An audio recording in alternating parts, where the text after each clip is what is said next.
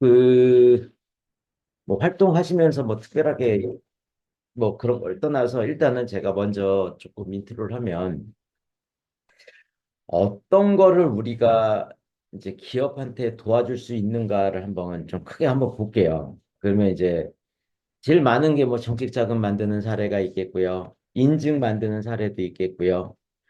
그러니까 기업을 좀 예쁘게 만드는 것들이 우리가 이제 나눔 파트너즈가 주력으로 하는 거겠죠. 그리고 이제 그거 이외에는 보통 보면은 여러분들이 사실 이제 부자를 대상으로 하면 절세와 관련된 거를 사실은 많이 활용하시는 경우들이 있어요. 이게 뭐 이익 소각이라는 것도 있고 뭐 자사주 매각이라는 것도 있고 굉장히 많은 형태의 것들이 있는데 그게 사실 굉장히 위험한 거예요.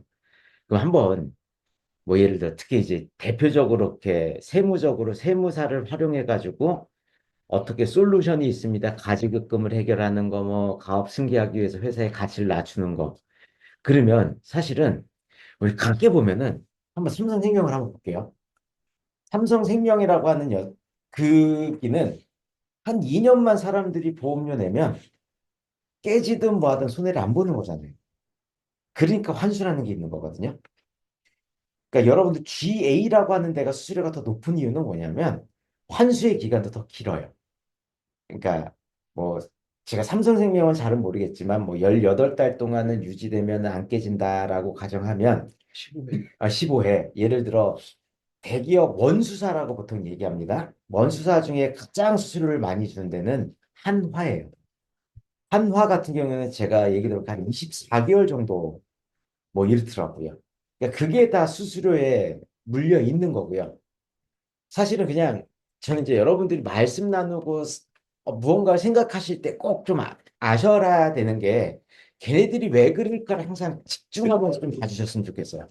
그러면 지금 우리 김정희 상무님이 얘기했던 한화가 사실은 초회에 경영인정기라면 GA보다도 더 많이 줘요, 거의. 바로 주고. 그 다음에 한 1년 있다가는 주고 뭐 이런 것도 따지면은 GA보단 적어요. 근데 거의 삼성의 더블이에요. 그럼 한화는 왜 그 짓을 할 것 같으세요? 별로 생각 안 해보셨죠? 우수 인력 리크루팅 아니에요. 때문에. 하나는 지금 하나 금융 서비스를 빨리 상장하려고 해요. 애들한테 물려주고 와보려고. 그래서 그러려면은 보험사는 가치는 뭔지 아세요? 계약이 많이 계약이랑 또 영업자예요. 그래서 지금 뭐냐면 수수료를 이빠이 올리는 거예요. 그래서 왜 그러냐면 이런 거예요. 똑같이 그냥 최고 많이 주는 데를 따지면 한 20 몇 배수라고 한번 볼게요. 한 22배수. 제일 많은 게 사실 22배수예요. 월납으로 따지면. 수수료가 나오는 게요. 22배수면은, 자, 보통 우리가 알고 있는 좀 관리 좀 해준다고 하는 GA는, 자, 공간도 마련한 월세 나가죠. 그렇죠. 무슨 교육한다고 하면 무슨 수수료도 좀 주겠고요. 그다음 교육 과정도 열어줄 거예요. 그렇죠. 그 관리하는 사람이 관리도 하고 뭐 보험 설계를 하면 서포트하는 것도 있고 그게 다 비용이죠. 그러다 보니까 좀 관리 좀 잘해준다는 데는 뭐예요? 그리고 그걸 회사를 운영하는 소위 말하는 GA의 대표도 먹어야 되잖아요. 그러다 보니까 수수료율이 쭉 떨어지는 거고요. 수수료가 높은 데일수록 어떠냐면 일단은 관리를 잘 안 해주는 데인 거예요.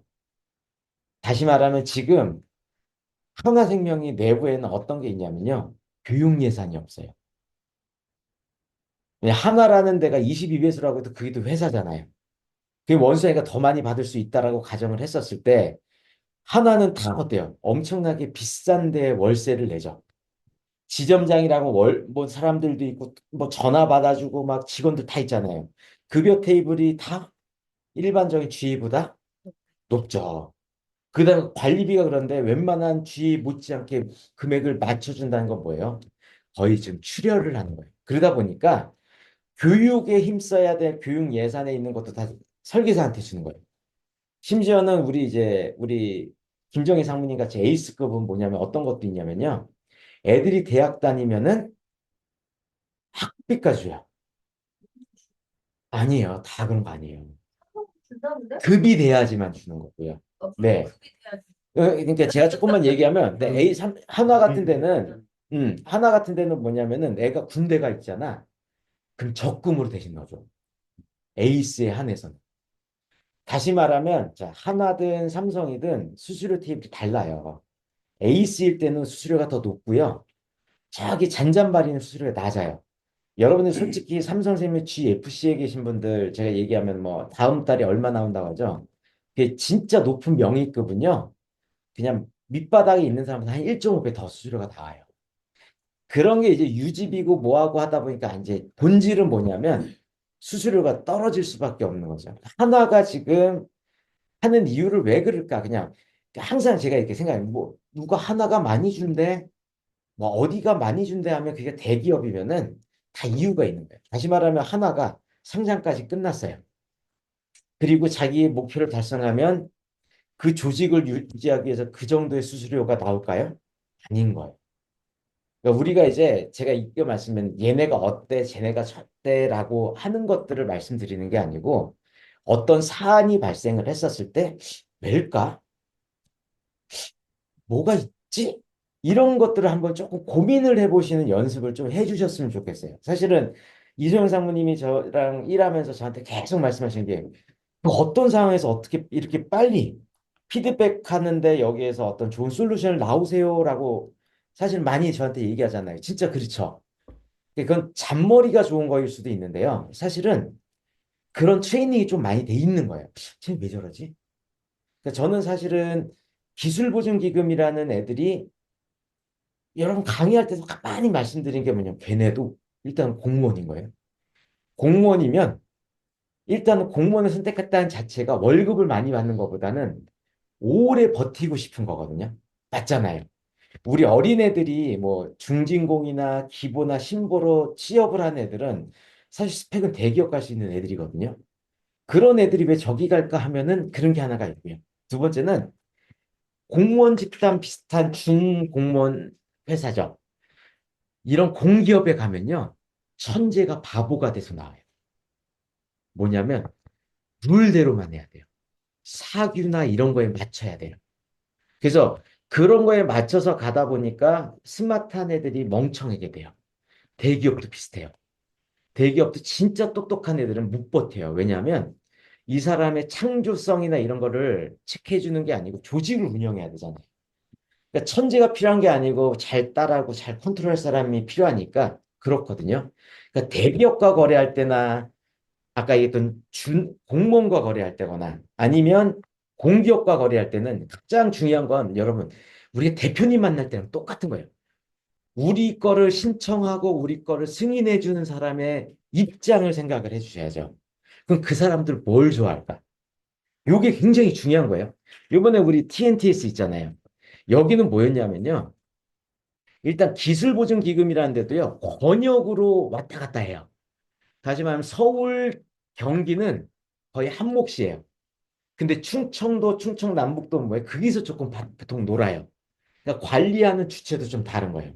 TNTS라는 회사는 어떤 거냐면 스토리를 얘기하면은 처음에 이 회사의 이슈는 뭐냐면 예전에 누군가가 기술보증기금에서 자금을 조달하러 갔는데 브로커를 통해서 갔다가 뽀록이 난 거예요.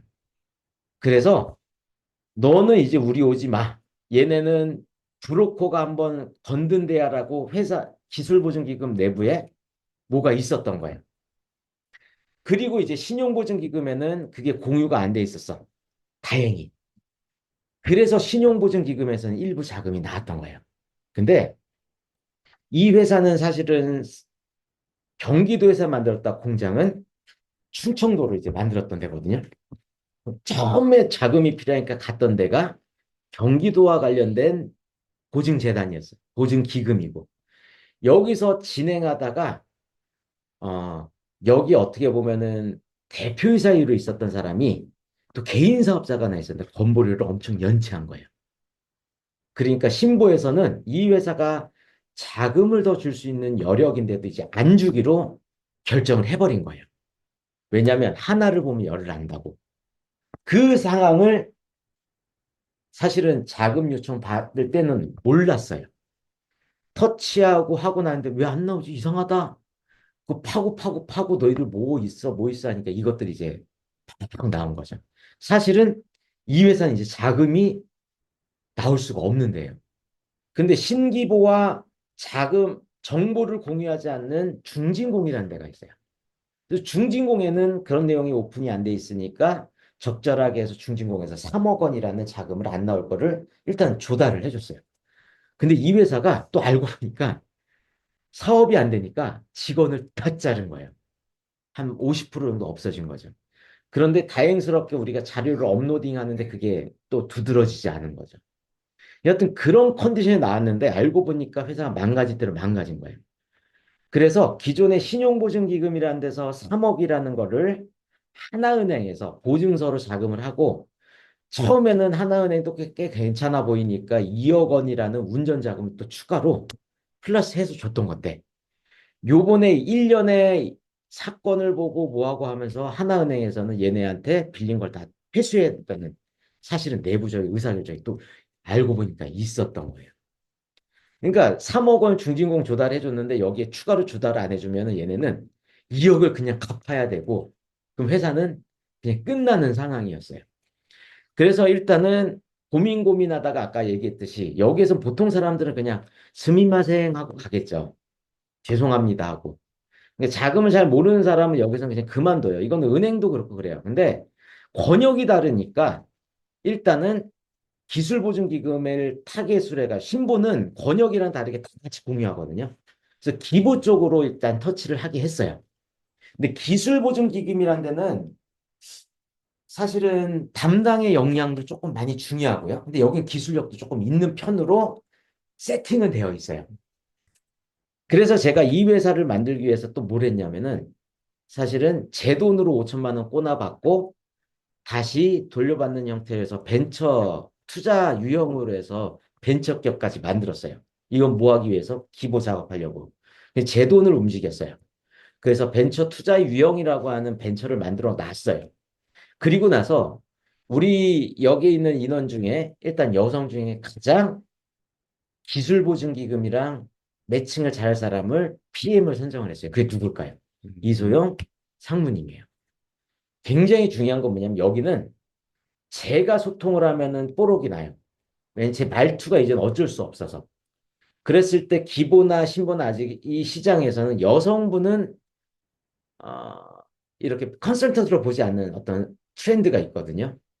그래서 이소영 상무님을 그 회사의 여 직원이 박소영이라는 사람이 있었어요. 그래서 30대였는데 그 사람의 이름을 해서 40대요? 40대였나? 소통하게 했어. 처음에는 그 사람이 굉장히 까칠했어. 근데 이제 우리가 진행하는 거 보고 자기가 어메이징하게 놀라가지고 거의 우리 회사 팬이 됐어요, 여하튼. 근데 아무래도 이제 이소영 상무님이랑 그 박소영이랑은 나이 차가 있으니까 마스크 쓰고 아마 상담했었을 거야.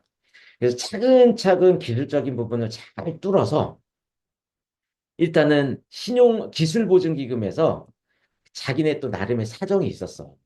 그래서 가자고 한 거야. 나 이제 내 밑쪽 루트에서 보면은 추석 전에 기술형 회사에 조금 많이 티오를 밀어줘야 되는데 충청도는 사실 소부장 기업 같은 데들이 별로 없어요. 충청도는 그러니까 지금 제가 얘기하는 이 회사가 만약에 경기권이었으면 이렇게 안 돼요. 근데 충청권에는 반도체와 관련된 소부장 기업이 별로 없거든요. 근데 정부는 굉장히 좋아하는 영역이에요. 그 소부장 확인서도 우리가 만들어줬거든요. 그거하고 벤처 기업에다가 사실 지방에서는 벤처 투자 유형의 벤처 기업이 또 별로 없어요. 그러다 보니까 그거에 매칭되고요. 또 3년 미만의 꽤 섹시한 특허가 있고 그래서 특허를 봐도 사실은 네이밍 보면 알거든요. 꽤 기술평가 잘 나올 것 같은 특허가 있고. 근데 얘네들이 이제 오히려 자기네들이 조금 적극적으로 움직이게 상황이 만들어진 거죠. 운이 좋았던 케이스예요. 그래서 기본적으로는 3억에 대한 신용보증기금의 보증서를 대환해주는 3억짜리 보증서가 일단 나왔고요. 사실은 이 회사의 컨디션 보고 5억짜리 추가를 해주려고 했어요. 근데 대표님이 또 삽질을 했어요. 상담하면서. 그래서 5억짜리가 3억으로 줄어들어서 추가로 되는 95%짜리 보증서 3억짜리가 나왔어요. 그리고 우리 이수연 사모님이 계속 터치하고 아우 더 주세요 더 주세요 했는데 기부에선 사실은 대표가 멍청하면은 대표 점수를 깎는 것도 있지만 담당자가 똘똘하면 담당자 점수 올리는 것도 있어요. 왜냐면은 하나를 보면 열을 한다라고 생각을 하거든요. 근데 여기에서 5억짜리를 생각했다가 줄인 것 중에 꽤 영향을 끼친 거는 사실은 대표이사의 아까 했던 건강보험료 연체, 체납 사실도 있고요. 또 알아서 회사에 조금 안 좋은 치부를 얘기한 것도 있고요. 그래도 더 일단은 벌써 여기까지 가버린 거예요. 더 많이 주려고. 그래서 여기에 집중하고 짜잔한 녀석들 두세 개는 검토하지 말자라고 가버렸는데 그 다음 흥결이 나왔다고 줄이기엔 자기네 또 리스크가 있는 거예요. 다른 걸 또 검토해야 되니까. 그러니까 어거지로 해가지고 원래는 R&D라고 하는 연구개발로 추가로 주기로 했다가 이것도 여의치 않으니까 어거지로 특허를 담보로 한 IP 담보로 해가 추가 2억을 더 해준 거예요. 아니, 그게 응, 원래는 이제 응, 제가 3억 대환하는 응, 거에다가 응, 7억을 요청을 했고 응. 이제 아, 내 7억 요청이었구나. 7억 맞다. 요청을 했는데 일반으로는 자기들이 생각한 게 최초에 응, 상담했을 때 일반으로 4억을 주려고 생각을 했는데 응, 그 7억을 요청을 하니 응, 이제 처음에 상담은 5억으로 했는데 어, 7억을 요청을 하니까 그럼 어떻게 5억까지는 맞춰주려고 응, 했는데 7억까지 응. 요청을 한 거잖아요. 그러면 일반 보증으로 안 돼. 5억까지밖에 네. 안 나오니 응, 추가로 R&D 사업 계획서를 하나 더 내라라고 응, 했는데 막상 이제 상담을 응, 받아보니까 일반으로 하기엔 리스크가 있으니까 일반 보증은 2억으로 응. 하고 IP 평가 보증 3억. IP가 3억이었군. 네. 여하튼 그렇게 됐어요. 그러니까 이건 어떤 거냐면 기부가 여하튼 자기도 디데이라는 게 있어요. 주려고 마음이 먹어버리면은 자기네도 맞춰야 되는데 그랬을 때 우리가 제일 잘해야 되는 게 뭐냐 그거에 맞춰서 피드백을 잘 해줘야 되는 거예요. 여하튼 그렇게 해가지고 여러 상황을 잘 해지해가지고 이제 마무리가 되는데 마무리 단계에서 갑자기 아까 얘기했던 하나은행에 2억짜리를 자기네가 또 갚아야 된다는 거예요. 아까 신용을. 그러니까 우리는 뼈 빠지게 추가 5억을 만들어주면 난 이 회사가 5억을 잘 운영해서 잘 될 줄 알았는데 2억을 갚으면 3억밖에 못 조달해 준 거거든요. 그럼 나도 이제 사람인지라 여기서 컨설팅비 받고 뭐하고 하면은 뭐 이 노력했는데 여기 뭐 하지? 그래가지고 추가로 이 회사를 체크하니까 2천만 원짜리 마이너스 통장이 있는 거예요. 기업은행에. 근데 기업은행도 이 회사의 내용을 적당히 아는 거지. 그래서 내가 또 아는 기업은행 지점장을 동원을 했어요. 뭐냐면 지점장이 지점을 옮기면은 실적을 많이 내야 될까요? 안 내야 될까요? 내야 돼요. 그래서 갓 지점을 옮긴 지 한 달밖에 안 되고요. 그 다음에 굉장히 고참 지점장을 선정을 했어요. 그래서 67년생 지점장을 기업은행 지점장을 체크를 해가지고 그 사람한테 얘기를 했어요. 야, 백 되니까 2천만 원짜리 마이너스 대출 지점장님이 떠 가세요. 우리가 꽃길 걸게 자, 한번 보지. 얼마짜리지? 3억에다가 우리 2억, 3억 했으니까 8억짜리 이제 보증서잖아. 8억짜리 실적 그냥 드릴게. 우리가 이제 기술 보증기금이나 작업한 게 8억짜리. 그럼 엄청난 실적이거든. 대신 이 사람한테도 다 오픈하지 않은 게 아까 얘기했던 건보료 체납과 이런 거야. 그래서 스토리를 이렇게 얘기했어요, 제가. 원래 하나은행 있다가 내가 기보로 보증서 빼뜯고 신보에 있는 보증서 뗐으니, 자, 하나은행이 기존에 있는 보증서 날라갔는데 2억짜리 신용대출 유지 안 할 거 아니냐. 그러니 내가 지금 안 그러면 이 보증서를 나는 하나은행에 줘야 된다. 그러니까 지점장님, 그냥 이거 기업은행 가져가가지고, 잠깐만요. 감사합니다. 예, 안녕하세요. 예, 괜찮습니다. 감사합니다. 네. 그렇게 해서 사실은 기업은행 지점장을 또 사기를 쳤어요. 그래서 나 하나은행 갈까? 아니면 너 2억짜리 대출 플러스 신용 해주고 8억 실적되는 보증서 가져갈래? 그러니까 이 사람이 안달이 났죠. 그래가지고 해당하는 보증서 보더니 일부 대표이사의 담보가 약간 추가 보증이 있으니 내가 무조건 떠안게요. 그리고 대표님, 내가 그러면 2천만 원짜리 마이너스 대출 5천만 원을 해줄게. 그렇게 해가지고 사실은 불러 작업을 해가지고 이 회사를 이제 진짜로 살려준 거죠. 그러니까 아까 그 까칠했다는 박소영이 저한테 전화를 온 게 뭐냐면 대표님 우리 회사 구세주예요. 진짜 그런 것 같아요. 그렇죠. 잔액 10만 원 있었다면. 그렇죠. 자, 근데 그 회사가 한번 생각을 해볼게요. 아까 그 박소영이라는 사람은 굉장히 똘똘해요. 경리로서. 그런 친구는 두 번째는 뭐냐면 이 회사 말고 다른 회사로 옮길 가능성도 높겠죠. 그럼 저는 벌써 저의 영업자를 하나 만들었다는 생각이 들었어요. 그죠? 그래서 내가 우리 이소영한테 얘기했어. 저 박소영은 이제 내 영업자 될 거야. 그랬는데 그 얘기 이소영한테 하자마자 한 4시간 있다 갑자기 박소영한테 문자가 왔어.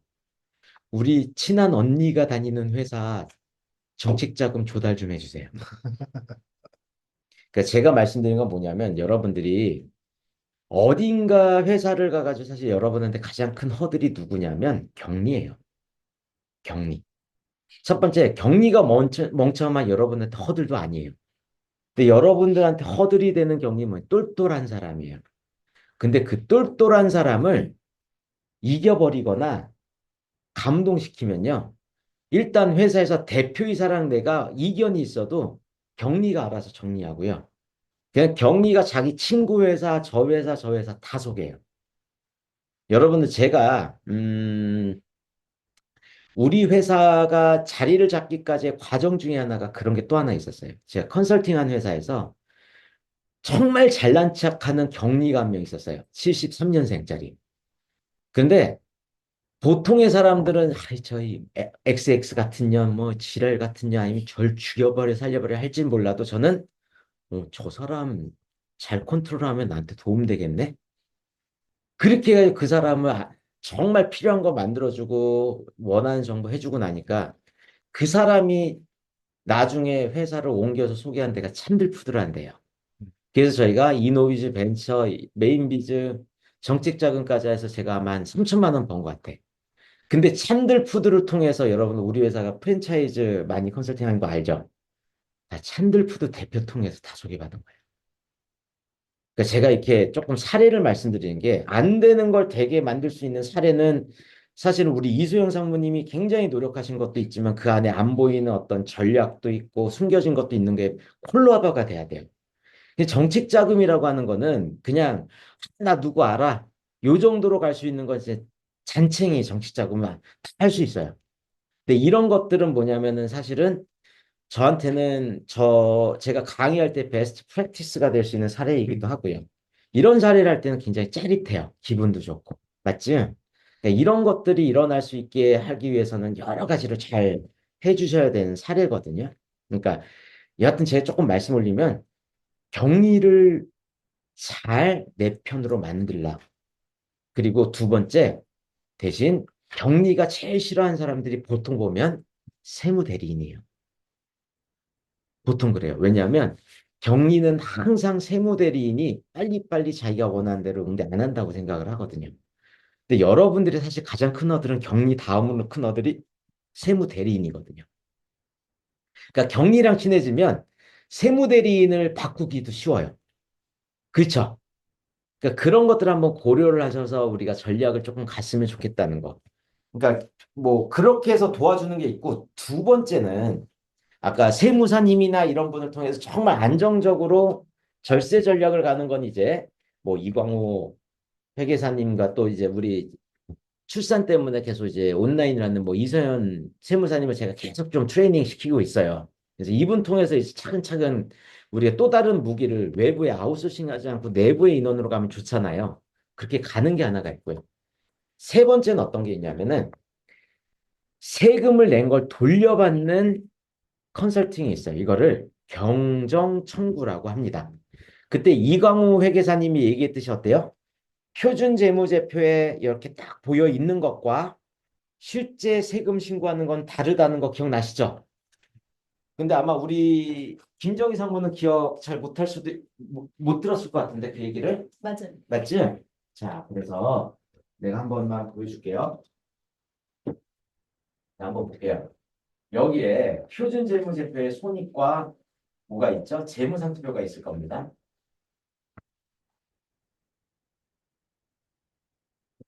그 다음에 실질적으로 세금을 신고하는 게 있어요. 동일할 거 같죠? 달라요. 그래서 이 갭을 체크해 주는 게 세무조정이라고 하는 거예요. 그렇죠? 세무조정 계산서 많이 들어보셨죠? 그런 게 있어요.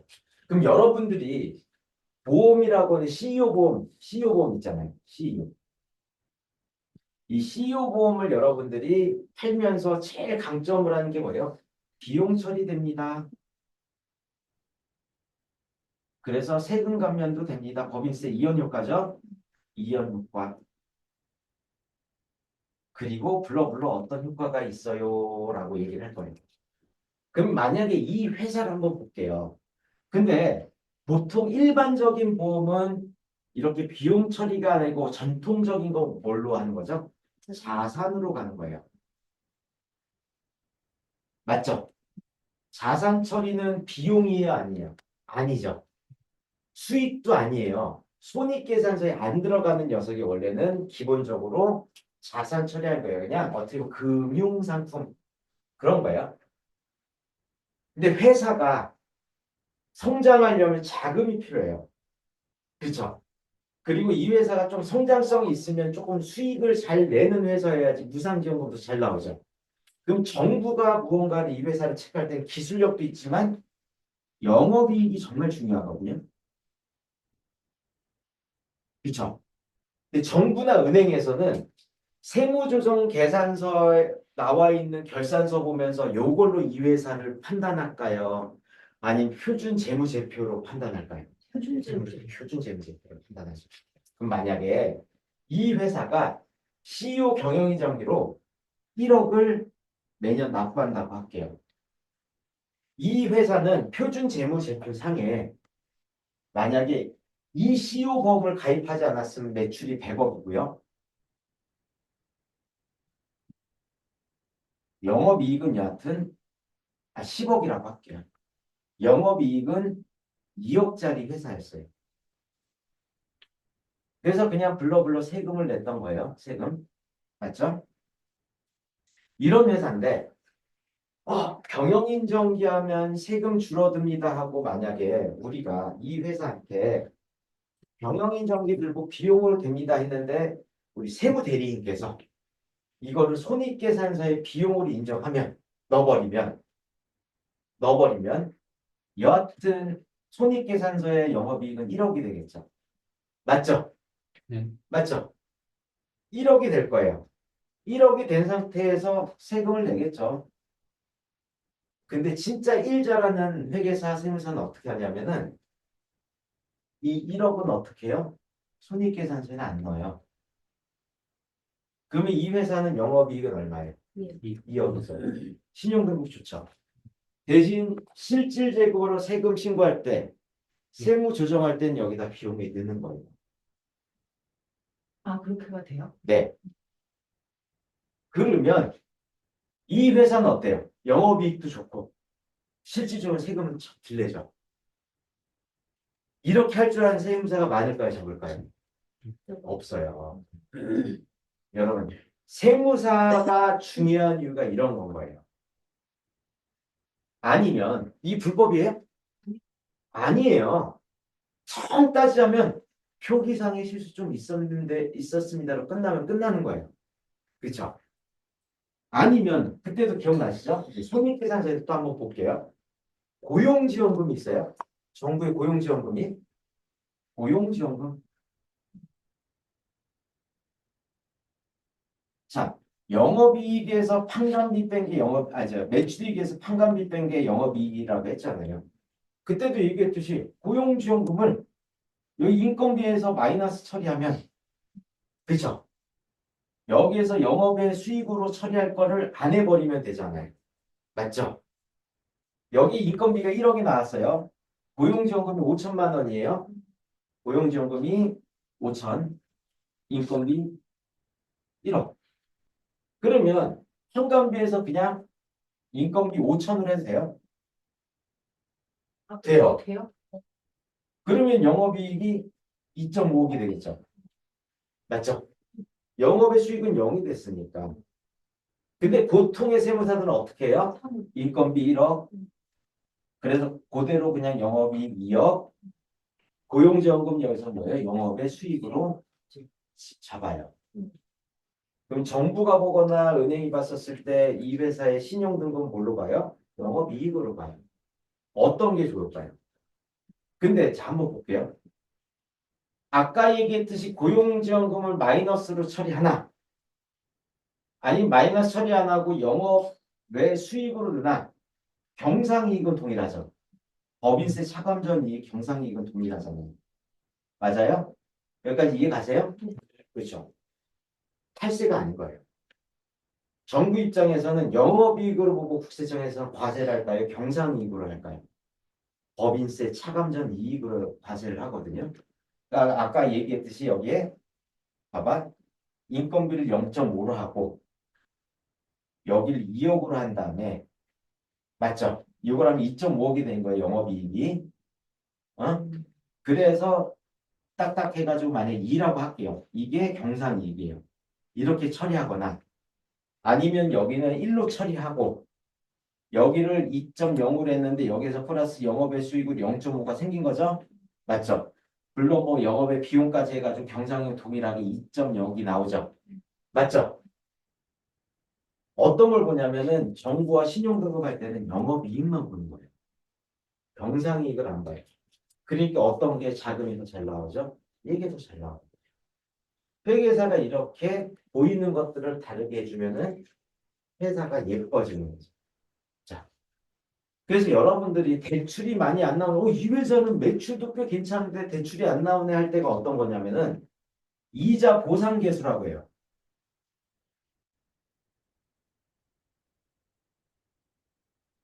이 회사는 이자를 1억 내는데 영업이익이 1억 2천이에요. 그럼 경상이익은 0.2억이죠. 이런 회사는 대출이 나올까요? 안 나올까요? 거의 안 나와요. 영업이익이 조금 사람들 머리 이거 몰라? 여기까지는 대충은 알겠지? 네. 자, 그냥 이거잖아. 매출이 있고 매출 원가가 있어요. 빼면 뭐예요? 매출이 음식 팔아서 음식 짜장면 만든 값이 얼마 들어가지고 남은 거예요. 그 다음에 판관비예요. 판관비는 뭐예요? 홀에서 인건비 나가고 월세 나가고 홀에서 쓴 전기세 배달비를 빼고 나면 나오는 게 뭐죠? 영업이익이에요.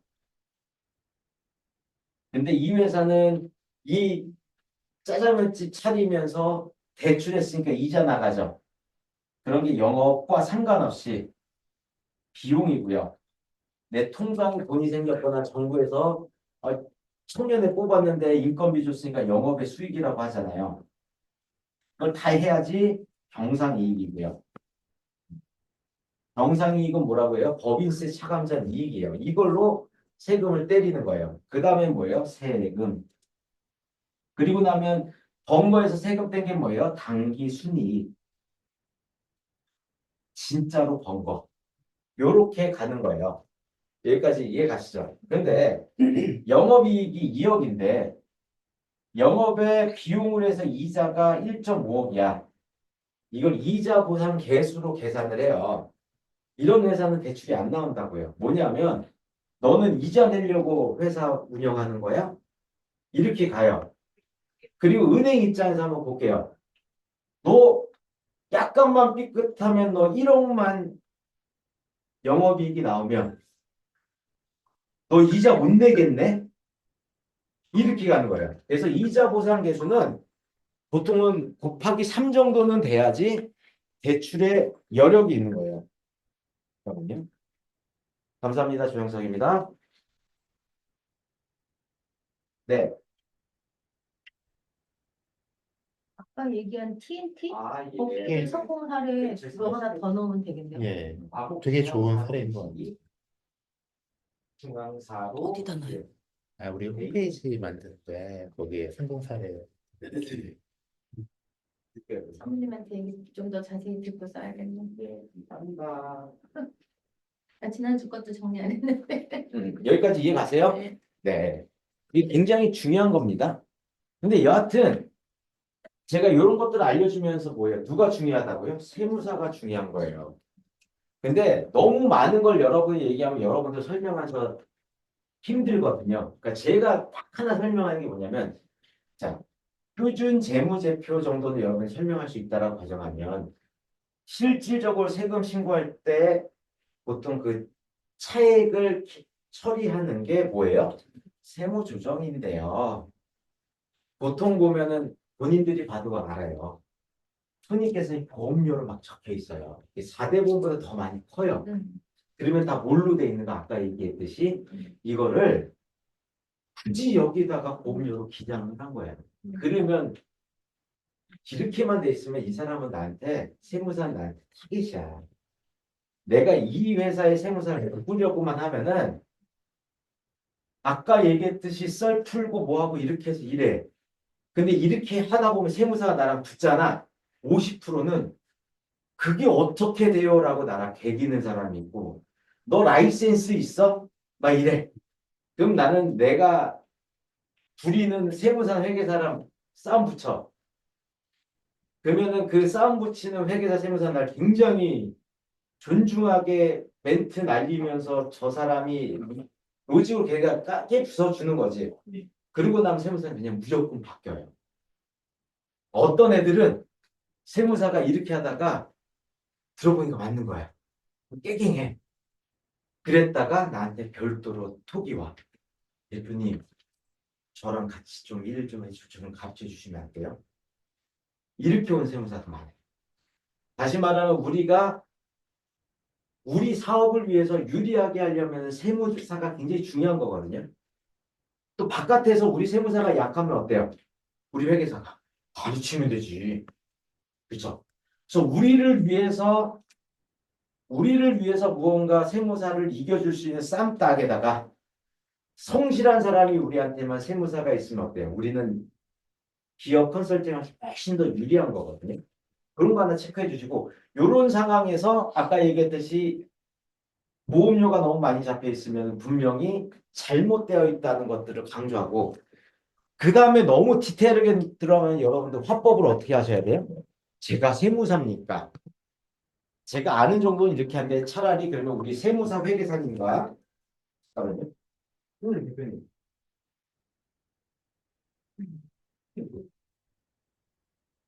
저런 얘기 한번 100% 하는 얘기가 이게 되나요 진짜로? 우리 사람한테 물어봐야겠네. 이렇게 저 가고 이게 약간 편법적인 그런 거 같은데 FM은 아닌 거고 확실히.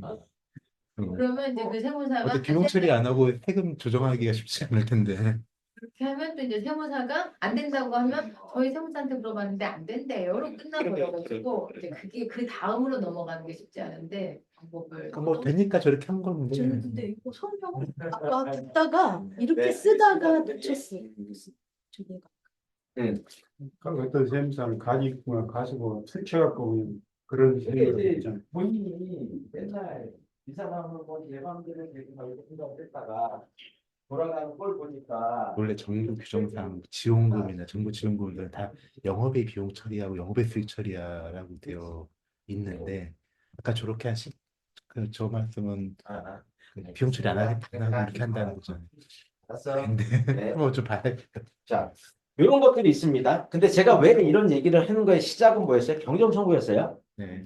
자, 경정 청구. 이 세무조정이 잘못되어 있는 것들을 다시 찾아내서 세금을 못 받았던 거 돌려받는 과정의 컨설팅은 뭐라고 해요? 경정 청구라고 합니다. 근데 경정 청구는 어떻게 기간이 5년이에요.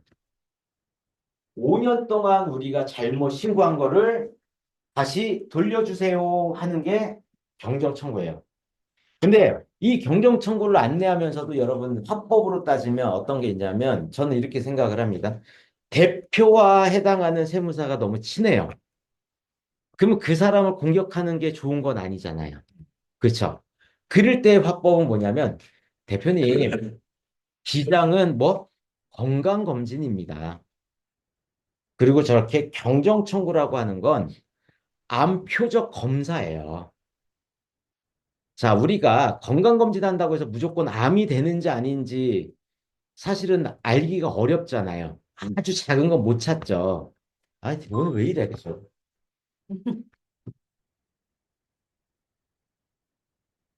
여보세요?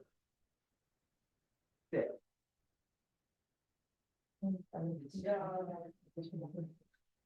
뭐 드실까요? 초콜릿이라도 좋아요.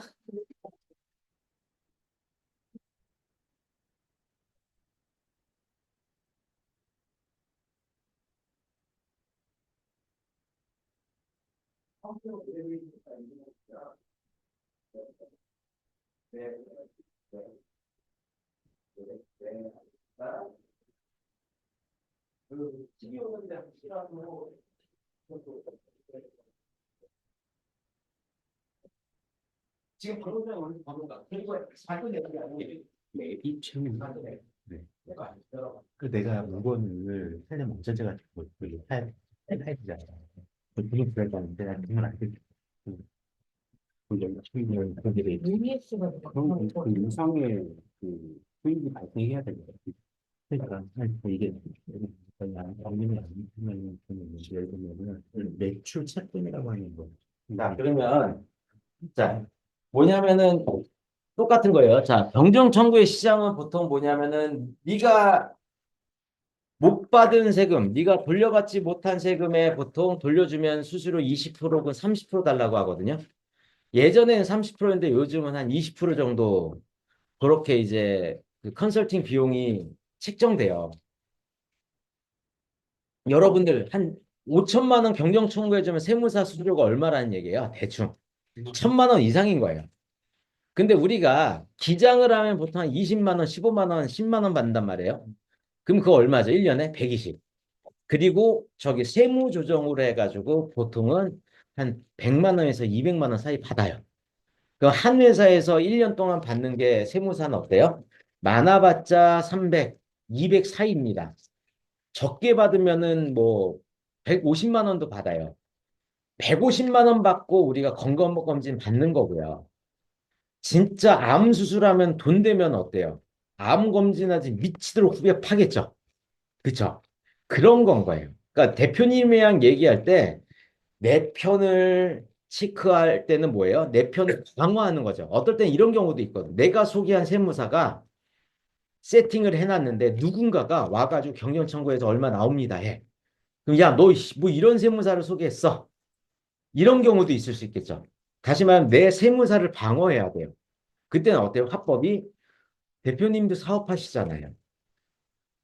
한 달에 10만 원, 15만 원 하고 이렇게 해서 대표님 어떻게 암 수술처럼 표적 검사를 할 수 있어요. 근데 지금 대표님 말씀 나온 애들은 자, 저거 한번 검사해가지고 뭐 하고 나면 어때요? 몇 천만 원, 천만 원, 몇 백만 원 한 방에 받는 거니까 목숨 걸고 찾아내는 거예요.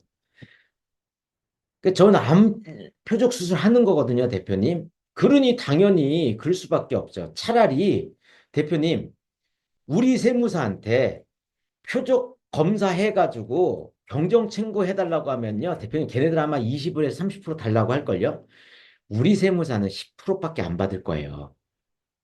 그러니까 그냥 사업이라고 생각을 해주시고 하시면은 우리 세무사 잘못한 게 아니에요. 이렇게 방어하시면 되는 거죠. 그러면 우리 세무사한테 또 똑같이 하면 돼. 야, 너 이거 저기 욕 들어먹는 거 내가 막아줬거든. 야, 평소에 좀 잘 좀 신경 좀 써주지. 경영 청구해서 수수료 나오는 거 10% 불렀으니까 너 5% 먹고 나 5% 줘. 그 세무사는 그러면 삥 뜯겼다고 생각할까요? 아니죠. 고마워하죠. 그렇게 방어를 해주는 거고요. 반대로 공격할 때는 어떻게 해요? 이런 것도 신경을 잘 안 썼어요 하면서 공격하면 되죠. 그래서 경정 청구를 할 때는 필요한 서류들이 있어요. 보통은. 그래서 이렇게 보통은 좀 크게 크게 보여줄게요.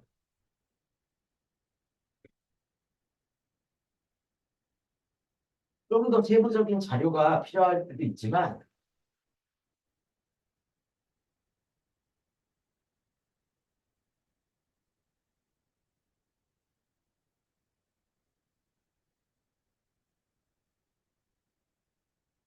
잘 보이시죠?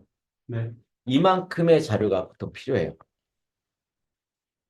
그리고 추가로 더 있는 게 있어요. 여기에는 안내가 안 돼 있는데 시설을 산 거, 기기 장비를 사고요. 부동산을 산 거는 또 추가로 세금 감면 조건이 됩니다.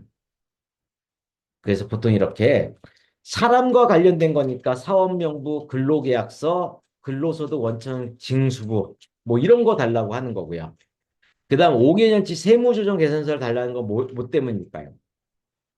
지금까지 어떻게 저렇게 세무조정에서 받아낸 게 있는지를 체크하기 위함입니다. 그리고 일부는 두루누리 지원을 받았으면 돌려받는 걸 약간 못 돌려받는 것들이 있어요.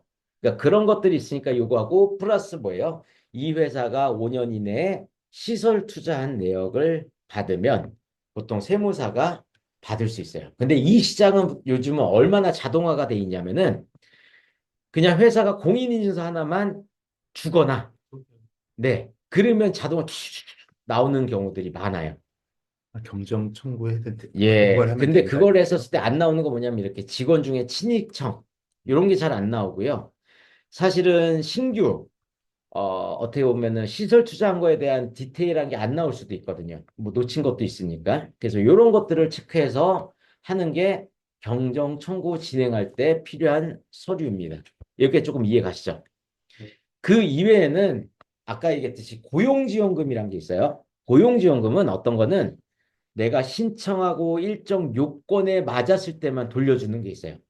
예를 들어 그때 우리 최윤재가 얘기했던 두루누리 사회보험 같은 경우는 내가 신청 놓치면 소급해서 안 해주는 거야. 한 번 놓치면 그냥 끝나는 거야.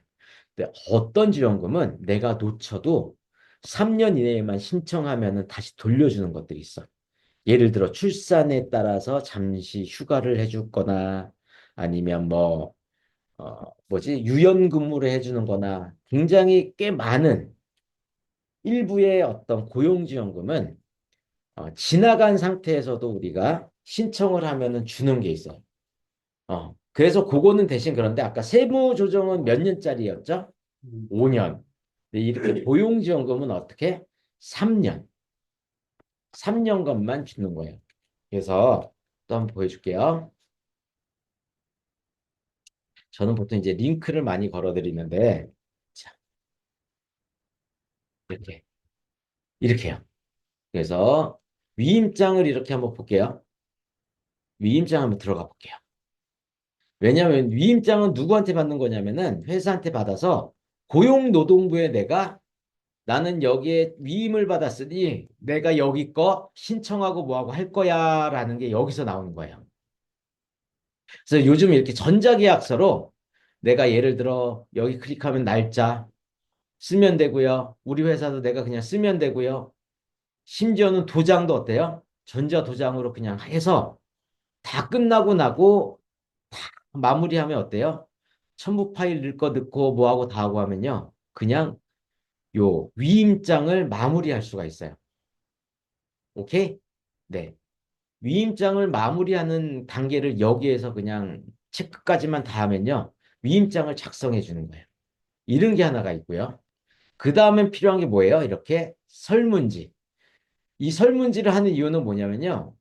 우리 뭐 DC다 나도 잘 몰라요. 그 뭐냐? DCDB BC냐 DC냐 뭐 연금 말하는 거.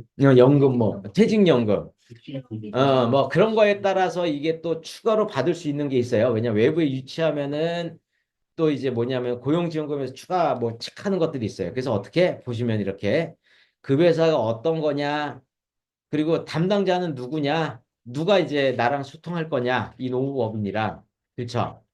그리고 이건 뭐예요? 누군가가 소개자가 중요하겠죠. 그 사람한테 수수료 나오면 누구 건입니까? 쉐어하려고.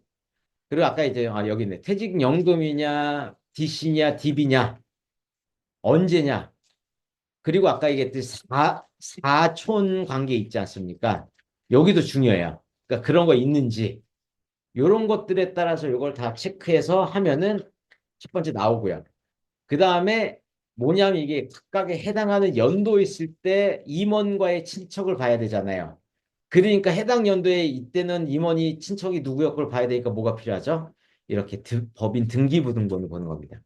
법인 등기부등본에는 대표이사가 언제부터 이 사람이 대표이사였고 언제부터 아니었고가 나오지 않습니까? 그래서 요것들을 이렇게 주고 나면은 이렇게 예를 들어 이런 식으로 나중에 의견이 와요.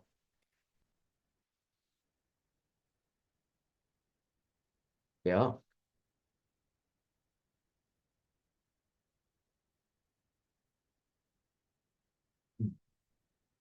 이렇게 보면은 이렇게 이쪽에서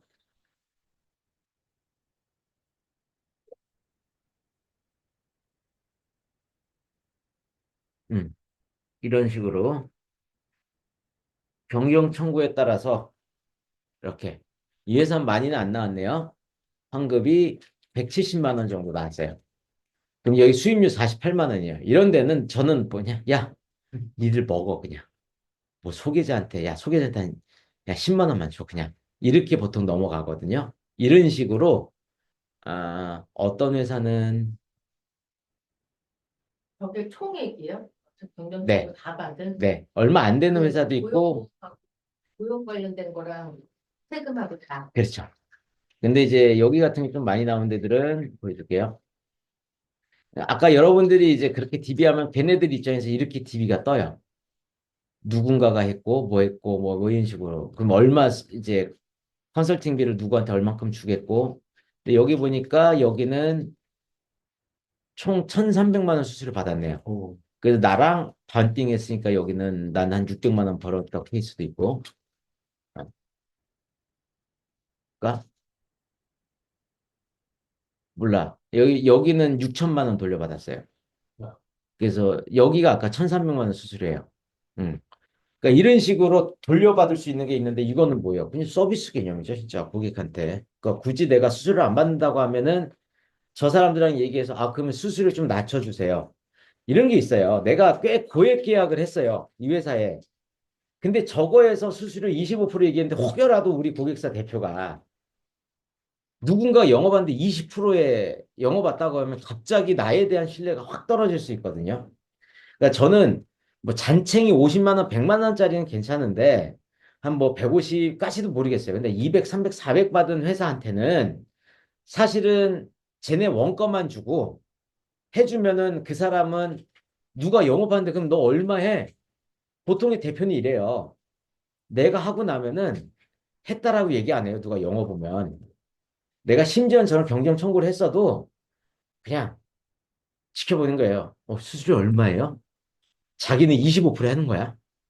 근데 누군가 불러서 수수료 얼마예요? 근데 30%래. 그럼 흡족해. 아니면 25% 불러. 그러면 뭐 그런 거구나 이래. 근데 예를 들어 그 사람이 20% 불렀잖아. 갑자기 기분 진짜 나빠요. 이게 어떤 거냐면 여러분들이 친구한테 옷 샀다고 막 자랑을 해. 20만 원 샀다 막 자랑을 나 할인 받았다. 근데 갑자기 친구가 갑자기 편하게 그거 저 사이트에 17만 원에 파는데 그럼 어때요? 기름 XX 같죠? 그거에 10배 기분 나빠요. 왜냐하면 대표는 심지어는 난 저 사람 믿고 컨설팅 해줬는데, 그러니까 보험까지 해줬는데. 그래서 어떻게 보면은 이 사람, 야, 능력 더럽게 없는 애한테 해줬네? 이럴 수도 있고요. 야, 씨, 나한테 보험으로 분명히 수수료 받아 갔을 텐데, 이것까지 하네? 이런 경우들도 있거든요. 그러니까 지금 경정 청구라고 하는 녀석은 제가 그래서 20에서 30% 얘기하는 게, 원가는 제가 한 13% 정도, 12% 얘기해요. 그러니까 그 정도로 해서 원가로 안내하는 게 맞는 회사들도 있다라고 조금 보시면 돼요.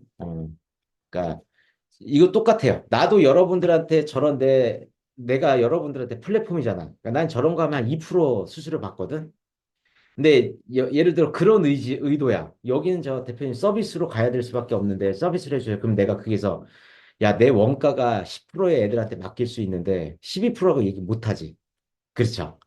그러니까 저거는 나랑 얘기를 하면은 적절하게 조율을 하는 거고요. 그렇게 해서 가는 것들이 있다라고 보시면 돼요. 자, 여기까지가 그거고요. 우리가 이제 사실은 오늘 김정희 상무님 통해서 말씀 나누고자 하는 게 뭐냐면은 기억나시죠? 우리가 해지 환급 실효시키고요. 해지 환급 그러니까 계약자 변경하고요. 그다음에 부활시키는 거잖아요. 나 실제로 삼성생명에서 내가 했어. 뭐냐면 나도 몰랐는데 내가 삼성생명 GFC로 있었을 때 나도 자가계획이 하나 있었더만. 우리 세 딸들 한 달에 10만 원씩 건강보험 100세 만기 보험을 하나 들었던 게 있었더라고. 근데 내가 찾아보니까 3년치만 내고 통장 옮기면서 깜빡하고 놓쳐가지고 돈이 안 나간 게 있던 걸 내가 얼마 전에 찾아냈어요. 그래서 보니까 총 3개 애들 거 살리는데 한 900만 원인가 800만 원이니까 꽤 오랫동안 내가 안 한 거지. 근데 그 당시에는 내가 우리 아내도 세금이 이슈가 있고 나도 있어서 우리 이름으로 계약하기 힘들어서 우리 모친 이름으로 계약했었거든. 그래서 이제는 나도 우리 와이프 이름으로 계약을 하려고 살리려고 한 거야. 그래서 체크했지. 그랬더니 되더라고. 뭐냐 벌써 실효가 5년 전에 된 거고 애들이니까 부활하는 게 너무 쉬운 거야. 건강보험인데. 그래서 부활시키고 나는데 보니까 돈도 안 냈는데 계약자를 일단 우리 아내를 바꿔주더라고요. 그리고 아내가 돈 되면은 바로 입금 오케이 시키면은 부활해 줄게요라고 부활이 되더라고.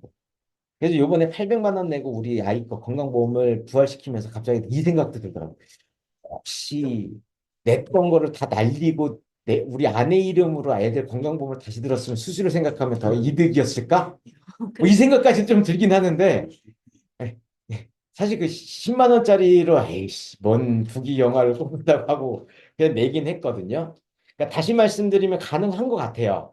CEO도 로직상으로 CEO도 그냥 경영인 정기니까요. 경영인 정기 로직상은 정기보험입니다. 근데 그 다음 단계에서 제가 이제 이것과 관련 로직으로 우리가 이제 들고 다닐 무기를 한번 준비하면서 느낀 게 뭐냐면 그때 우리 김정희 상무님이 말씀을 해주셨던 게 기억이 나는 거예요. 이거를 해지하는 건지 뭔지는 모르겠는데 이렇게 했었을 때 이거를 연금으로 전환인가 뭔가 하는 게 있다라는 얘기를 들어서 그리고 또 이 보험이란 게 뭐냐면 10년인가 유지하면은 비과세잖아요.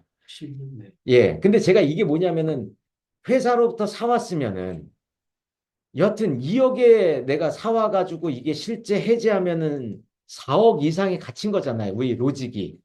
그럼 분명히 이제 무슨 양도세든 무슨 세금이 낼 거라고는 사료가 되는 거예요.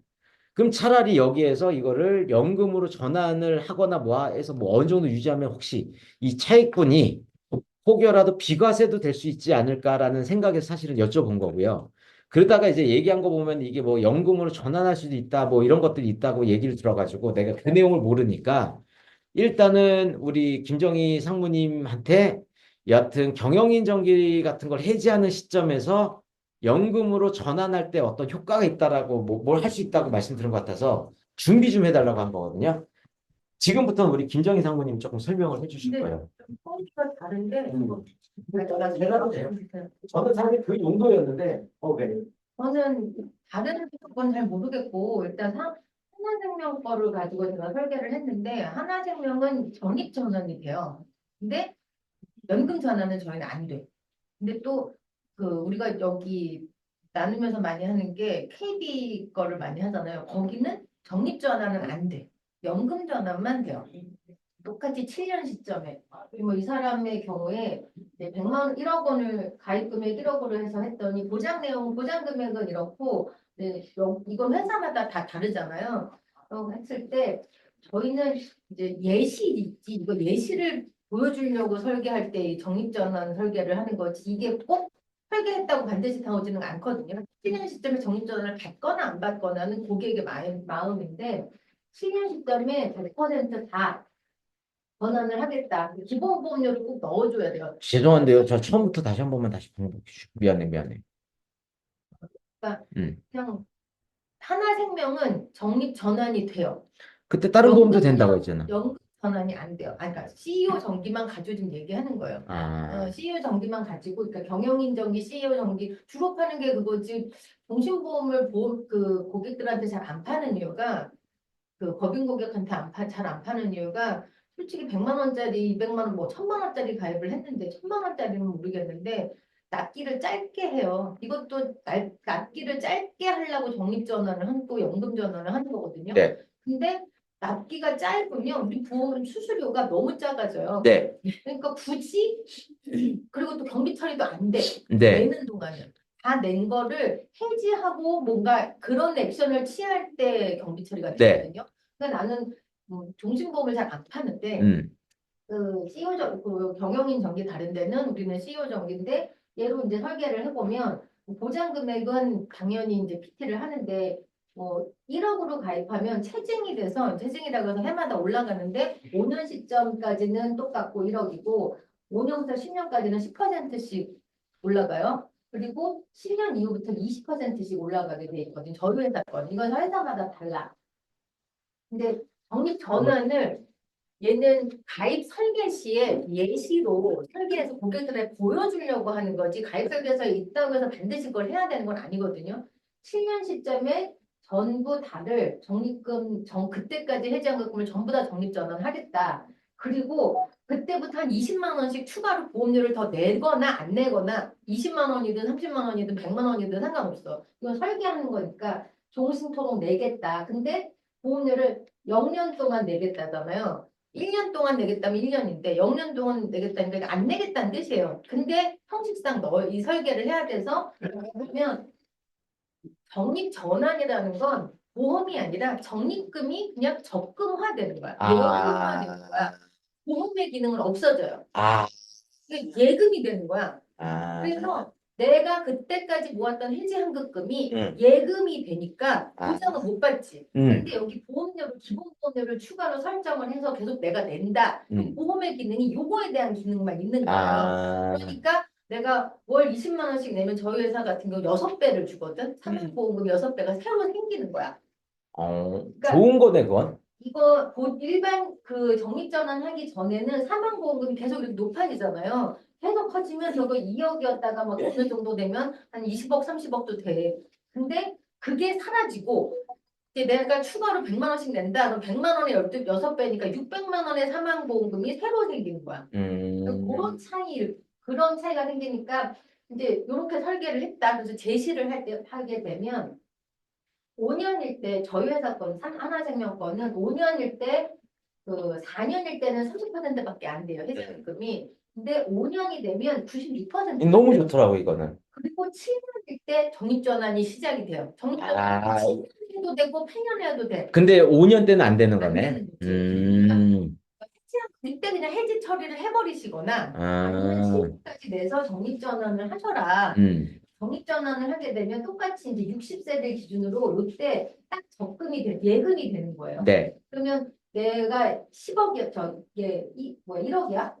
납입보 해지하면 금이 원래 98%였던 게 고대부였는데 그때부터 돈을 넣거나 안 넣거나 이게 이자가 붙는 거예요. 이자가 계속 붙어서 그냥 예금 이자가 붙는 거야. 예금 이자가 지금은 2.5%, 연봉이 2.5%, 최저 보증으로 해도 2. 이 정도. 사망보험금 얼만큼 보장받는 거예요, 그러면? 사망보험 없다니까? 아, 없고. 보험료를 안 내면. 더 내면 그 낸 거 그냥 적금이네. 예금이 되는 거야. 적금이 아니라 예금, 정기 예금이네, 일종의. 이거를 그런 세무사들도 있고 막 그래. 그거 어차피 해지를 하면 돈 들어오니까 지금 뭐 세금 감면 좀 절세했다가 나중에 해지하면 그거 다시 또 세금 내야 되지 않냐? 아니 적립전환 해놨다가 외부에 그냥 하나생명에 묵혀놓고 이자만 계속 조금씩 많이는 안 오르지만 조금씩 오르다가 누가 퇴직을 해. 우리 회사에 직원이 10명이 있었는데 그중에 돈 많이 받는 애가 퇴직을 해. 그럼 퇴직금을 훅 빼줘야 되니까 그때 이거 인출을 하든 아예 해지를 하든 해서 퇴직금을 주면 돼요.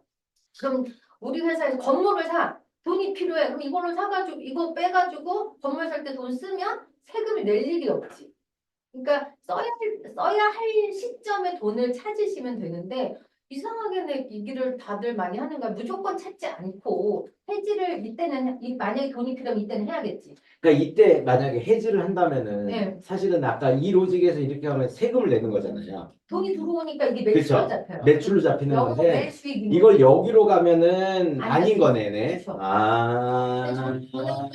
여기는 적립 전환인데 아, 그러면 여기 이 KB는 아, 적립 전환은 안 된대. 아. 연금 전환만 된대요. 아, 계약일로부터 7년 이후에. 그리고 조건이 7년 이상 경과한 계약이고 피보험자 나이가 이래야 되고 아. 전환 금액이 환급금이 1,000만 원 이상이어야 되고 그리고 대출이 있으면 안 돼. 이걸로 약관 대출을 받았을 때는 안 돼. 우리도 마찬가지고. 추가납입이나 뭐 중도인출 다 우리도 돼요. 하나생명도 되고 이건 웬만하면 다 되니까 그렇게 해서 뭐 연금 전환을 하든 추가납입을 하든 중도인출을 하든 연금으로 전환하면 20년 종신으로 하면 이렇게 확정연금형으로 이렇게 내가 받고 싶은 기간을 정해서 그때 연금 전환해서 받으면 되는데 요거에 대한 그거 뭐죠? 세금 문제는 사실 난 연금 쪽은 잘 모르겠어요. 어떻게 연금을 받으니까 앞으로 한 번만 가볼까요? 그러면 혹여라도 이런 걸 것 같은데 아까 뭐 이때에서 그 아까 시효시켰다가 부활시킨 다음에 그게 종신보험은 되는데 네. 이 경영인 정비로는 그게 위험하다고 하더라고요.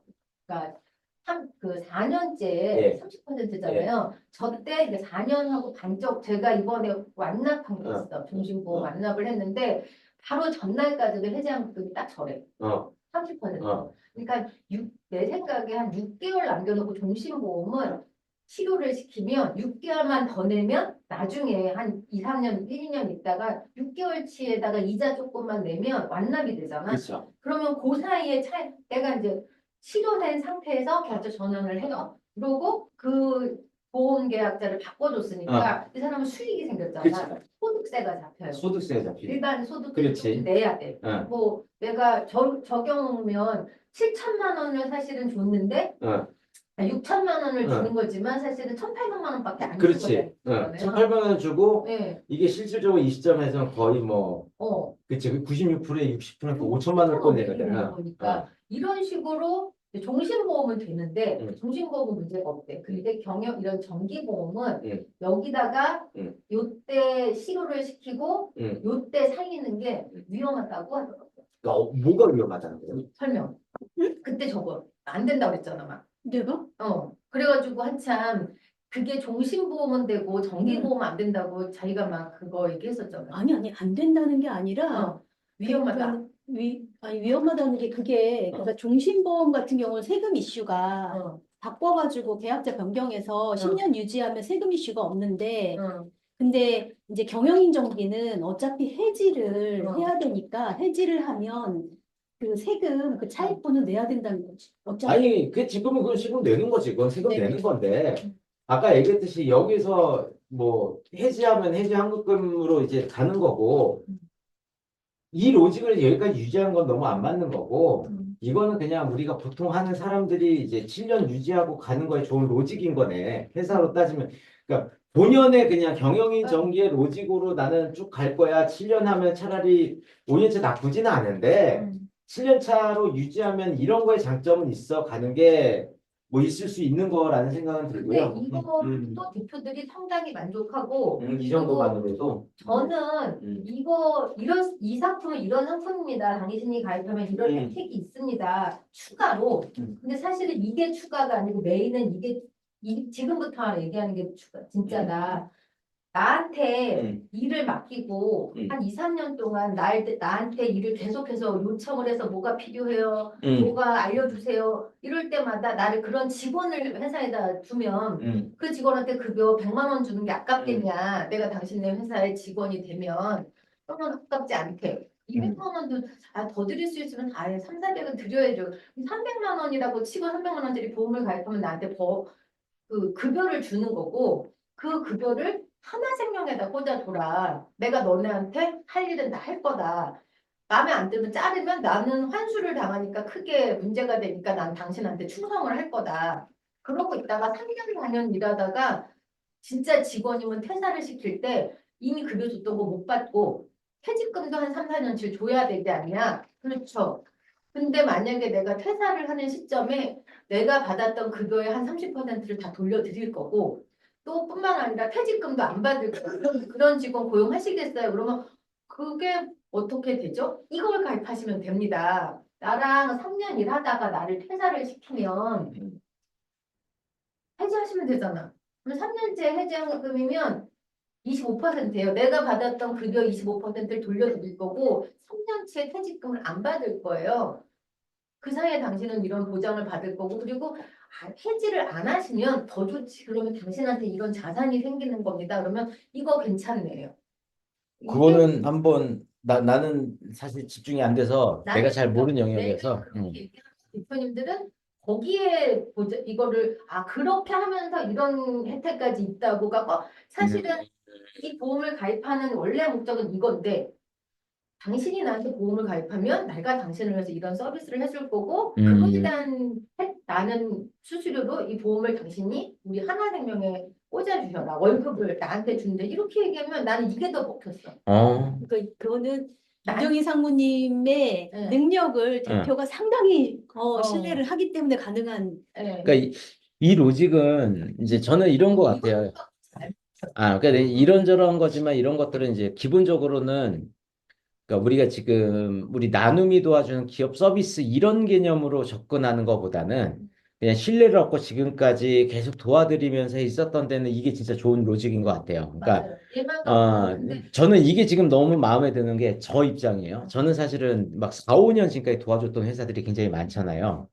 근데 그런 회사들한테 솔직히 말하면은 뭐 아까 이제 코드 영업이라고 해서 와이프로 스스로 이렇게 해줄게 안 해도 되는 거거든 나 입장에서는. 두 번째는 뭐냐면 저렇게 퇴직해서 회사 거 가져와 이랬을 때 또 이제 이슈는 뭐냐면은 그 이후에 내가 회사 하지 말라고 하시는 거예요? 뭐 이렇게 얘기할 수도 있는 거거든. 그러니까 저거의 핵심 중에 하나는 뭐냐면 네가 일정한 기간에 네가 퇴사할 거야를 전제로 할 때는 내가 얘기했던 뭐 어느 타이밍에 실효시키고 가는 게 좋지만 이 회사가 너 이제 계속 잘 나갈 거야 뭐 할 거야 하면서 도와주면서 신뢰를 얻고 평소에는 아까 우리 TNTS처럼 이렇게 막 어려운 거 도와줄 땐 돈 받고 그랬다가 이제 굉장히 신뢰를 얻은 회사에서는 야 바깥에서 기왕이면 보험 설계할 거 있으면 나한테 줘. 지금까지 내가 너 잘 도와줬잖아.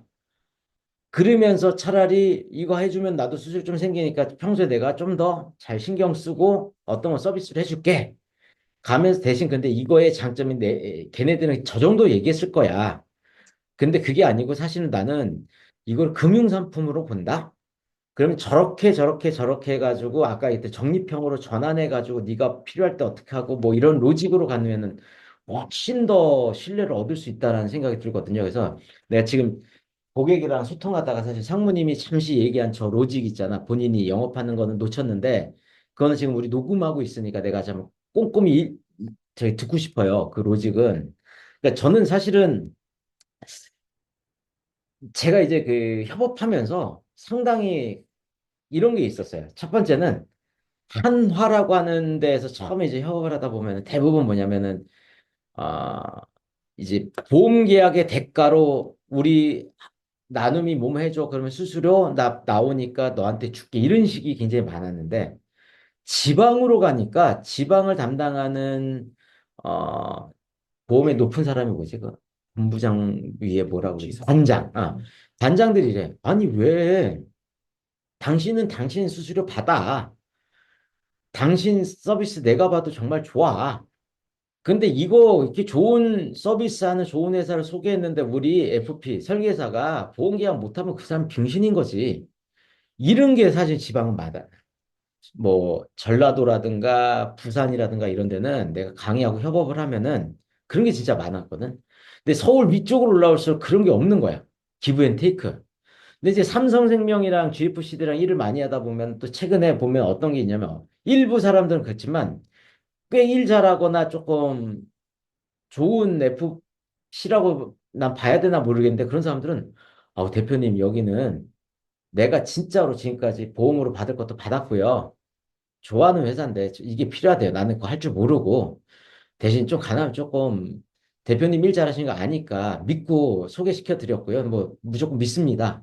다만 대표님이 해줄 수 있으면 저희한테 얘기한 거 조금 저렴하게 주셔야 고맙죠. 근데 꼭 그게 필수는 아닙니다. 이렇게 하고 하신 분들 꽤 많거든요. 음. 그러니까 후자가 나는 진짜 맞는 것 같아요, 사실은. 자, 좋은 서비스를 주고, 근데 그게 실질적으로, 뭐, 예를 들어, 우리 이소영 상무님이라든가, 꽤 많은 분들이 그 정도 이성진님이나 그렇게 해서 고객을 홀리고 할 역량이 있는 사람은 아니니까, 우리의 서비스에서 일부는 팔고 무언가를 가는 개념으로 가겠죠. 근데 사실은 김정희도 저러지 않았다는 건 확실해. 뭘. 김정희도 별 못했던 사람이야. 맞아요. 내가 확실하게 여러분한테 얘기할 수 있는 건 뭐냐면 내가 우리 사랑하는 김정희는 우리 일단은 너무 열심히 했어. 근데 사람이 너무 괜찮았고 내가 그때 우리 친누나한테 받았던 상처 뭐 이런 것들인데 조금 보완도 되고 해가지고 나는 우리 김정희 진짜 친누나처럼 생각을 했거든. 근데 누나가 열심히 하고 뭐하고 해서 막 아낌없이 가르쳐주지. 그때는 또 나도 사람이 필요하긴 한데 월급 주긴 애매하고. 그때 우리 김정희 잠시 배신을 때렸어. 뭐 이제 잘 배우고 본인 혼자 하다 다시 또 온 거야. 뭐냐면 김정희 이제 잘하니까 본인이 실물 다 하기 싫은 거야. 그러니까 사업은 맞는 거예요. 내가 항상 얘기하잖아. 필요에 따라 서로 좋은 사람들이 돼야지 더 오래 가요.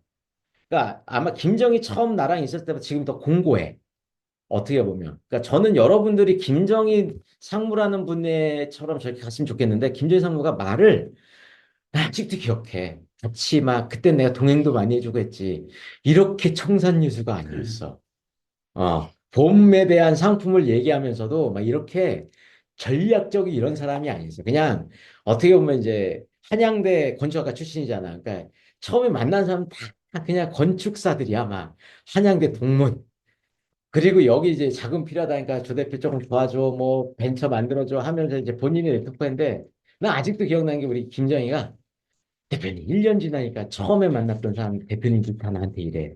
1년 만에 왜 이렇게 바뀌었냐고. 너무 진짜 컨설턴트가 됐다라고.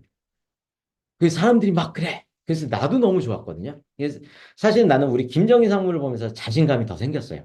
교육과 관련된 거에서. 그러니까 나도 사람들을 키우고 사람들을 이제 이렇게 육성시키면 그 사람이 부자가 되고 나도 부자가 될 수 있다라는 걸 사실은 정말 믿게 해준 사람이 우리 김정희 상무님이거든요.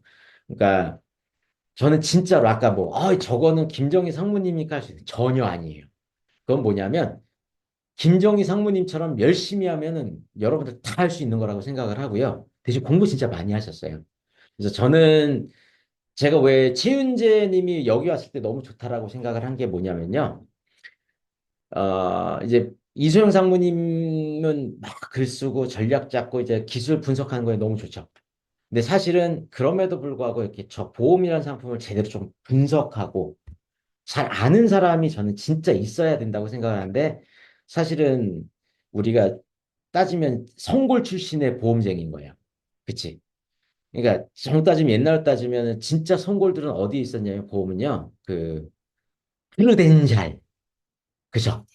프루덴셜 뭐 이런 분들이 진짜 전 AIG 이게 성골이거든요. 그러니까 SFP만 해도 나는 삼성생명이 진골 수준이야.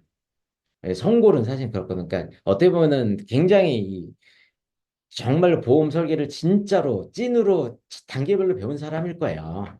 왜냐하면 인보험으로 MDRT 하는 게 얼마나 어려운데요. 그걸 한 4, 5년 하고 팀장 또 스카웃 받아서 SFP에서 삼성에서 또 했고. 그러니까 이분한테도 저런 로직이랑 또 아마 지금 상황에서는 우리 김정희 상무님이 얘기한 저런 로직을 또 우리 최윤재님은 우리 또 삼성 거든 다른 것든 또 기타 걸로 해가지고 같이 좀 분석을 더 해주셔서 로직 또 본인이 좋아하는 로직이 있거나 뭐가 있으면 만들어 주시면 좋겠고요.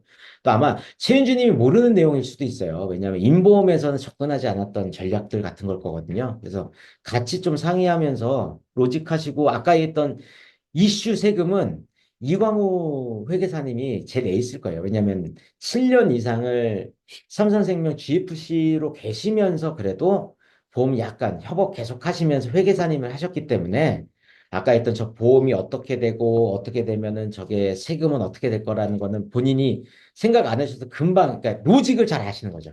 그러니까 아마 저런 것들 케이스 세금은 어떻게 돼요 하면은 본인이 조금만 말씀 주시면 잘 해주실 것 같거든요. 그래서 이런 것들 잘 체크해서 우리 갔으면 좋겠고요. 여기까지가 제가 짧게 끼어들려고 했는데 죄송합니다. 제가 말이 너무 많아서 끼어들 죄송하고 그 다음에 이제 상무님 또 킵고잉 좀 해주시면 저희 회사와 그 KB라이프만 일단 비교한 건데 왜 KB라이프를 비교했냐면 일단 얘가 그 어센틱 그쪽으로 나오는 수수료가 높고라고 해서 이제 했는데 그 비교를 해보면 하나생명은 5년 환급률이 저래요. 보통 95, 96 나이에 따라 조금 다르긴 하는데 95, 96, 90 아주 낮은 경우는 다 간편 CEO 이런 경우는 근데 KB라이프는 5년 환급률이 저 정도고 그 7년 환급률이 98, 96 조금 차이가 있어요. 엄청 저걸로 대표이사들이 흔들지는 않거든요. 비교해서 주지도 않고 우리가 줄 때는 우리의 결정인 것 같은데 이 회사가 연금 전환을 할 만한 회사인지 뭐 적립 전환을 할 회사인지는 그 대표와 회사와 이런 것들을 판단해서 가장 큰 거는 수수료 문제겠지만 KB로 보통 다 가겠지만 어떤 경우에는 하나상품도 나쁘진 않은 것 같고 근데 사망보험금은 이런 경우죠. 사망보험금이 필요한 회사가 있어요. 대표이사님이 나이가 많은데 CEO 정기를 가입했고 후계자가 있고 뭐 이런 경우에 KB라이프가 사망보험이 훨씬 높아요. 저게 환급률이 높다는 건 맞아요. 보험이 낮다는 거예요. 아, 그러니까 이게 제가 똑같은 사람으로 설계를 하지 못해갖고 비교를 직접적으로 못했는데 KB라이프가 훨씬 사망보험금이 높다. 그죠. 로직상 그럴 수밖에 없겠네요. 니즈가 있는 회사라 그러면 저쪽으로. 근데 굳이 여기는 사망보험금에 대한 니즈보다는 돈 한 7년 열심히 모으는 것 쪽에 좀 더 포커싱을 하고 싶은. 근데 또 사망보험금이 2배, 3배 차이 나진 않거든요. 그러니까 여기보다 좀 적다일 뿐인 거야. 저거 차이 정도인 거예요. 그러니까 사망보험금을 조금 높게 해주고 사망보험금도 높고 뭐 해지환급금도 높고 그럼 저쪽. 근데 적립전환 요거는 참 좋은 것 같아요. 한학계. 연금 전환보다는 그쵸. 예, 고객 입장에서는 적립전환. 좋은데요. 저는 한학계 좀 좋을 것 같은 게 수수료 해봤자. 야, 적립전환 되지 않나? 근데 삼성은 워낙 수수료가 낮아서 네. 근데 삼성은 수수료가 너무 너무 낮아요. 낮아서 네. 비교 상대가 안 되고 하나께 좋습니다. 그러니까 제가 보니까 저 하나랑 수수료율이 한번 볼까요? 똑같은 걸로 보면 하나 CEO 정기예요. 그리고 하나는 한꺼번에 먼저 초반에만 저희는 이제 왜 그거를 한꺼번에 먼저 받을래 아니면 분납으로 받을래 선택하라고 하는데 다 한꺼번에 받는 걸 선택을 하거든. 그랬을 때 좀 저희 아예 회사 내에서 받는 게 꽤 높은데 여기는 더 높다고 하니까 아니 뭐 그, 수수료인데 일단 환급률이 떨어져서 삼성. 그러니까 아까 잠깐만요. 우리가 뭐 이 뭔지 뭐 시니어 몇 동기 투. 성모님이 80으로 하고요. 진짜 에이스인 게 하나생명 또 막 홍보까지 막 하시는 거 있잖아요. 자 보시면은 좋아해. 예 이게 보면은 1648이에요. 1648. 그러니까 1650이에요. 대충. 신상품이에요. 예, 여기 그러니까 아까 얘기했던 수수료율이 1648. 늘어나고 네. 있었어. 그러니까 1646, 1648 뭐 이 정도예요. 아까 얘기했듯이 이제 한번 볼게요. 여기잖아요. 그러면은 대충 여러분으로 따지면 1648. 네. 시체까지 따지면 한 18배가 넘네요. 그러기는 이게 이제 KB인데 첫 달에는 시책 따지면은 대충 한 15배 나니까 9.5배. 그 다음에 2차년 때 뭐 한 5배. 3차년 때 이제 한 3.5배가 나오는 게 총에서 17점 한 몇 배가 나오는 게 KB고요. 아까 삼성 하나는 이건가요? 한번 볼까요? 하나에 아까 이건가요? 이거죠? 네. 맞죠? 네. 대신 이제 20년 납 뭐 이런 거겠죠. 20년 납 이상 뭐 이런 거겠죠. 경영정이니까. 그러면 수술 차이가 크긴 하네. 300%. 이게 이제 200% 정도 시책 따지면은 2.5 정도 시책하면 16배네. 근데 첫 달에는 이제 보면은 거의 이제 10배가 나오는 거고, 첫 해. 둘째까지도 둘째 조금 덜 나오고요. 셋째가 차이가 나는 거네요. 3년 차가 이게. 250% 정도 차이 나는 네.